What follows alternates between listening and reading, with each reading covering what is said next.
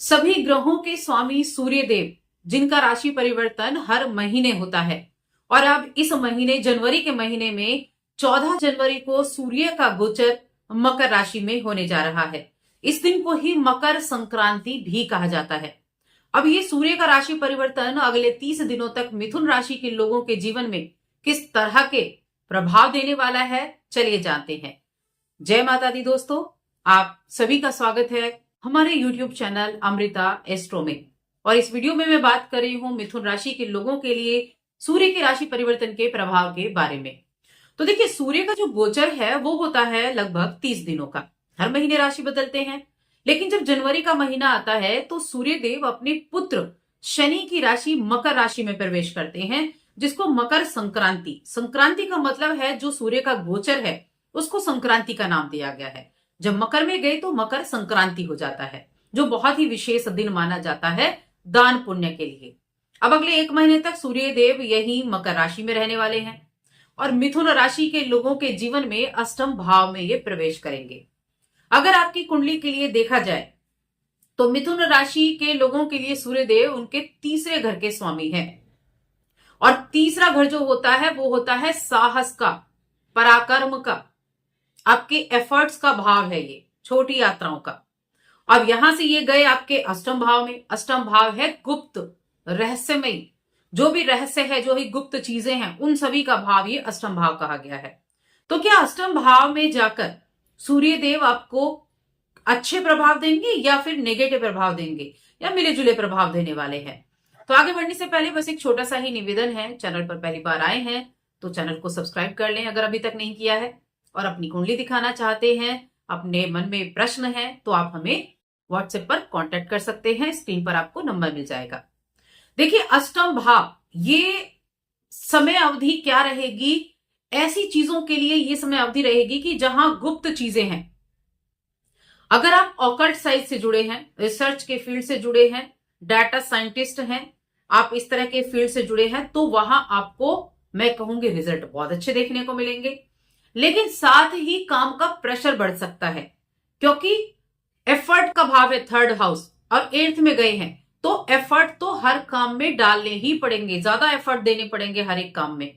साथ में यात्राएं भी रहेंगी, ट्रेवल का भी योग बना हुआ है कि छोटी छोटी यात्राएं आपके लिए इस समय अवधि में होने वाली है। अब देखिए, ये जो मिथुन राशि के लोगों के लिए है, ये समय ऐसा होगा कि इस अवधि में आप अपने दैनिक कार्यों से हटकर धर्म कर्म के काम में भी जुड़ सकते हैं, क्योंकि 8वां भाव प्रभावित हुआ। कुछ ऐसा आत्मविकास, अपने खुद के विकास पर, आत्मविकास पर आप ध्यान दे सकते हैं।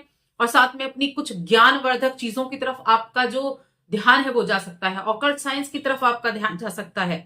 इस तरह की चीजें आपके लिए रहेंगी। और यहां आपके अंदर कुछ नई चीजों को सीखने की इच्छा आपके मन में हो सकती है, क्योंकि आपकी स्किल्स को बढ़ाने के लिए भी बहुत अच्छा है कि आप अपनी स्किल्स को बढ़ाना चाहें, कुछ नई जानकारियां हासिल करना चाहें, अपने ज्ञान को बढ़ाना चाहें।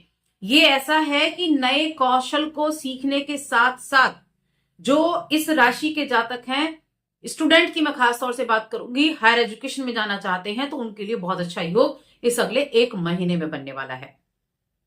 हायर एजुकेशन के लिए बहुत अच्छा योग रहेगा। आपका मनपसंद जो संस्थान है, इंस्टीट्यूट है, वहां आपको एडमिशन प्राप्त हो सकता है अगर आपने थोड़े भी एफर्ट डाले हैं। आप अपने आसपास के माहौल पर नियंत्रण पा सकेंगे, आसपास के लोगों के बीच में आप अलग दिखाई देंगे, क्योंकि वो माहौल को आप अच्छे से समझेंगे और अपने आप को वहां एक मजबूत व्यक्तित्व की तरह खड़ा पाएंगे। अब ये समय किसी भी तरह की समस्या को सुलझाने के लिए भी अच्छा है। देखिए, अष्टम भाव को हम ससुराल पक्ष से भी देखते हैं, अष्टम भाव को हम पैतृक संपत्ति के नाम से भी जानते हैं, अष्टम भाव को हम पीड़ा के भाव से भी जानते हैं। जब भी यहां कोई मैलेफिक प्लैनेट बैठता है तो कहीं ना कहीं वो रिजल्ट भी, ये नहीं कि बुरे रिजल्ट ही देगा, वो अच्छे रिजल्ट भी देता है। अगर आपके उसी तरह के पैतृक संपत्ति को लेकर कोई विवाद वगैरह चल रहा था तो वहां राहत देखने को मिलने वाली है। कोर्ट संबंधी केस आपका चल रहा था तो वहां राहत देखने को मिलने वाली है। एफर्ट तो डलेंगे, लेकिन हाँ, जाते जाते सूर्यदेव आपके लिए उन चीजों में कहीं ना कहीं आराम भी देकर जाएगा। अब अष्टम में बैठकर सूर्यदेव कहां देख रहे हैं? द्वितीय भाव को देख रहे हैं। तो ये समय ऐसा है जब द्वितीय भाव धन का भाव है और द्वितीय भाव परिवार का भी भाव है। ये समय आपके लिए ऐसे रिसर्च से लाभ कमाने का है, पैतृक संपत्ति से लाभ कमाने का है, गुप्त रहस्य गुप्त तरीकों से पैसा आपके पास आ सकता है। गुप्त तरीकों से जहां आपने ना सोचा हो, कहीं पैसा दिया हुआ था वो वापस मिल सकता है। ससुराल पक्ष से अपने संबंधों को अच्छा बनाकर चले, इस चीज का खास तौर से आपको ध्यान रखना होगा।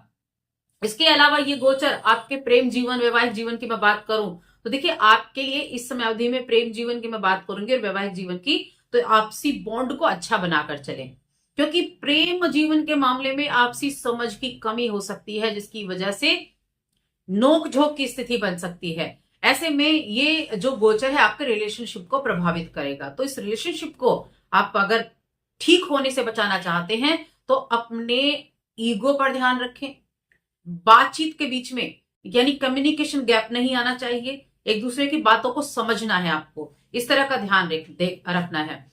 और हेल्थ प्रॉब्लम भी हो सकती है, रोग प्रतिरोधक जिसको हम इम्यूनिटी बोलते हैं, इम्यूनिटी वीक हो सकती है, तो स्वास्थ्य का भी ध्यान रखना है, क्योंकि इम्यूनिटी वीक होने से गले से जुड़ी हुई परेशानियां मिथुन राशि के लोगों को देखने को मिल सकती हैं। तो थोड़ा सा यहाँ स्वास्थ्य का भी ध्यान रखना है। और अष्टम भाव क्या हेल्थ को भी रिप्रेजेंट करता है, पीड़ा का घर माना गया है ये, तो अपनी हेल्थ का खास तौर से ध्यान रखना है। बाकी आर्थिक जीवन ठीक ठाक है। अच्छा, अपने सामान का अगर आप यात्रा करते हैं अपने सामान का अच्छे से ध्यान रखें, उसके चोरी होने के गुम होने के चांसेस भी बन सकते हैं। तो अगर यहाँ ट्रेवल आप करते हैं तो अपने सामान की जो सुरक्षा है उसका ध्यान जरूर रखना है। बाकी चीजें जो है ठीक है, आपका जो जुड़ाव है वो व्यापार से भी रहेगा। बिजनेस आप करते हैं, अपने बिजनेस को आगे बढ़ाने के उसमें आप कुछ ऐसे लोगों के संपर्क में आ सकते हैं जिनसे आप पहली बार मिलेंगे और बहुत ज्यादा प्रभावित भी होंगे, लेकिन डिसीजन सोच समझ कर लें, बस यही मैं कहना चाहूंगी। अब हम कहेंगे मकर संक्रांति के उपाय के बारे में। देखिए मकर संक्रांति का जो दिन है दान पुण्य के लिए विशेष रूप से बहुत मुख्य माना जाता है। गुड़ का दान किया जाता है, तिल का दान किया जाता है, गुड़ और तिल से बनी हुई मिठाइयों का दान किया जाता है। कुछ जगहों पर ये खिचड़ी के रूप में पर्व मनाया जाता है तो खिचड़ी का दान कर सकते हैं, कंबल का दान कर सकते हैं। इस तरह के दान को करने से इस दिन का लाभ आप जरूर उठाएं। अपनी सामर्थ्य के अनुसार कुछ ना कुछ इन चीजों का दान करें। गुड़ तिल का दान करना बहुत उत्तम रहेगा, आप गुड़ और तिल का भी दान कर सकते हैं। अब इस पूरे उसमें हम कहें क्या उपाय आपको करना है, तो देखिए मंगलवार के आप उपाय करें, हनुमान चालीसा का आप पाठ कर सकते हैं। तो बस आज की इस वीडियो में इतना ही। वीडियो कैसी लगी कमेंट करके बताएं। चैनल पर पहली बार आए तो सब्सक्राइब करके जाएं। जय माता दी।